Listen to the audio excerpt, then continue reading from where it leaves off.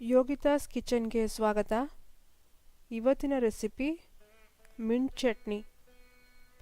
ಪುದೀನಾ ಚಟ್ನಿ ಮಾಡಲು ಬೇಕಾಗಿರುವ ಪದಾರ್ಥಗಳು: ತೆಂಗಿನಕಾಯಿ ಅರ್ಧ ಕಪ್ಪು, 1 ಕಟ್ಟು ಪುದೀನಾ ಸೊಪ್ಪು,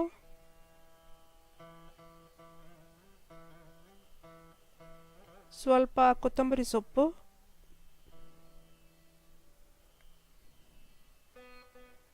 ಒಂದು ಇಂಚು ಶುಂಠಿ,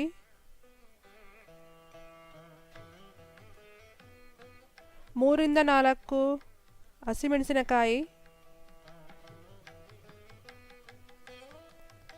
1/4 ಕಪ್ ಹುರ್ಗಡ್ಲೆ,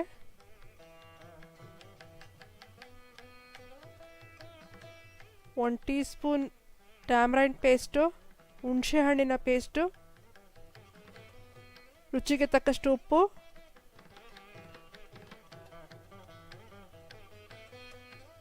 ಎರಡು ಸ್ಪೂನಷ್ಟು ಎಣ್ಣೆ, ಇದು ಒಗ್ಗರಣೆಗೆ, 1 ಟೀ ಸ್ಪೂನ್ ಉದ್ದಿನಬೇಳೆ,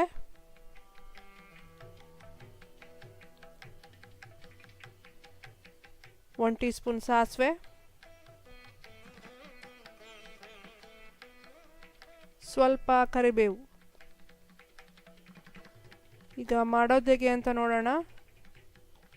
ಒಂದು ಬಾಣಲೆಯಲ್ಲಿ ಸ್ವಲ್ಪ ಎಣ್ಣೆ ಹಾಕ್ಕೊಂಡು ಹಸಿಮೆಣಸಿನಕಾಯಿನ ಹಾಕಿ ಹುರ್ಕೋಬೇಕು.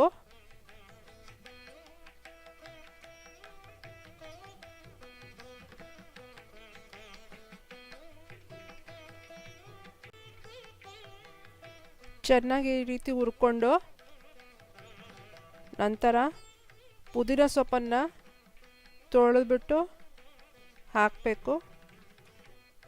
ಹಾಕಿ ಅದನ್ನು ಕೂಡ ಚೆನ್ನಾಗಿ ಬಾಡಿಸ್ಕೋಬೇಕು.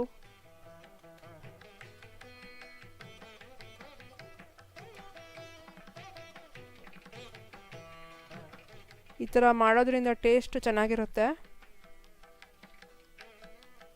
ಮತ್ತು ಪುದೀನ ರುಬ್ಬಿದಾಗ ಕಲರ್ ಚೇಂಜ್ ಆಗುತ್ತಲ್ಲ, ಆ ಥರ ಆಗಲ್ಲ. ಅದಕ್ಕೋಸ್ಕರ ಇದನ್ನು ಹುರ್ಕೋಬೇಕು ಪುದೀನ ಸೊಪ್ಪನ್ನು. ಈಗ ಇದನ್ನು ಪುದೀನ ಸೊಪ್ಪು ಮತ್ತು ಹಸಿಮೆಣಸಿನಕಾಯಿ ಹುರ್ಕೊಂಡಿರೋದನ್ನು ಮಿಕ್ಸಿ ಜಾರಿಗೆ ಹಾಕ್ಕೊಂಡು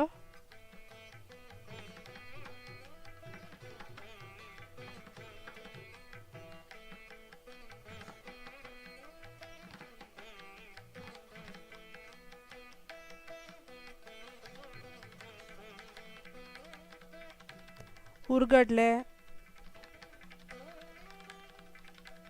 ಶುಂಠಿ,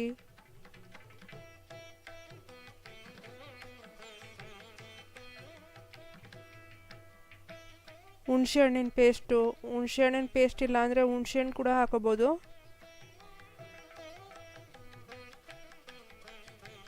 ರುಚಿಗೆ ತಕ್ಕಷ್ಟು ಉಪ್ಪನ್ನು ಹಾಕಿ ಮತ್ತು ಕೊತ್ತಂಬರಿ ಸೊಪ್ಪನ್ನು ಹಾಕಬೇಕು. ಇದಕ್ಕೆ ಅದನ್ನು ಚೆನ್ನಾಗಿ ತೊಳೆದ್ಬಿಟ್ಟು ಕೊತ್ತಂಬರಿ ಸೊಪ್ಪನ್ನ ಇದ್ರ ಜೊತೆಗೆ ಹಾಕಿ ತುರಿದಿಟ್ಕೊಂಡಿರೋಂಥ ಫ್ರೆಶ್ ತೆಂಗಿನಕಾಯಿಯನ್ನು ಇವಾಗ ಇದ್ರ ಜೊತೆಗೆ ಹಾಕ್ತಾಯಿದ್ದೀನಿ.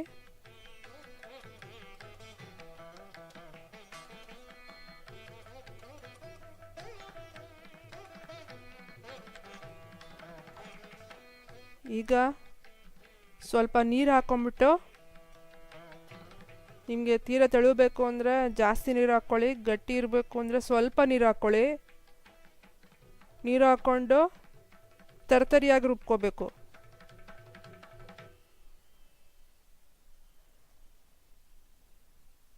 ಈ ರೀತಿ ತರ್ತರಿಯಾಗಿ ರುಬ್ಕೊಂಡಿದ್ದೀನಿ. ನಾನೀಗ ಇದನ್ನು ಒಂದು ಬೌಲ್ನಲ್ಲಿ ಹಾಕ್ಕೊಳ್ತೀನಿ.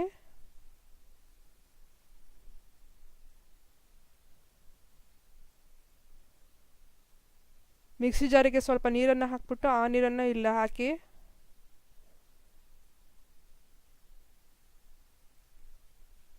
ಚೆನ್ನಾಗಿ ಮಿಕ್ಸ್ ಮಾಡಿ ಈಗ ಚಟ್ನಿಗೆ ಒಗ್ಗರಣೆ ಮಾಡ್ಕೊಳ್ಳೋಣ. ಒಗ್ಗರಣೆ ಹಾಕಿದ್ರೆ ತುಂಬ ರುಚಿಯಾಗಿರುತ್ತದೆ. ಅದರಿಂದ ಒಂದು ಒಗ್ಗರಣೆ ಸೌಟ್ಗೆ ಸ್ವಲ್ಪ ಎಣ್ಣೆ ಹಾಕ್ಕೊಂಡು ಸಾಸಿವೆ ಹಾಕ್ಕೊಳ್ಳಿ. ಸಾಸಿವೆ ಚಿಟ್ಕುಟ್ಟಿದ್ಮೇಲೆ ನಾನಿವಾಗ ಇದಕ್ಕೆ ಸ್ವಲ್ಪ ಇಂಗನ್ನು ಹಾಕ್ತೀನಿ. ಚುಟ್ಕಿ ಇಂಗು ಬೇಕಿದ್ರೆ ಹಾಕ್ಕೊಳ್ಳಿ. ಸ್ವಲ್ಪ ಉದ್ದಿನಬೇಳೆ, ಕರಿಬೇವು ಇವಿಷ್ಟನ್ನು ಹಾಕಿ ಒಗ್ಗರಣೆ ಮಾಡಿಕೊಂಡು ಚಟ್ನಿ ಮೇಲೆ ಹಾಕಬೇಕು. ಚೆನ್ನಾಗಿ ಮಿಕ್ಸ್ ಮಾಡಬೇಕು.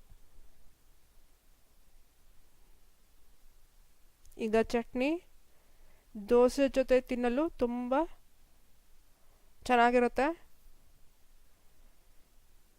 ನೀವು ಇದನ್ನು ಮನೇಲಿ ಮಾಡಿ ನೋಡಿ. Thank you.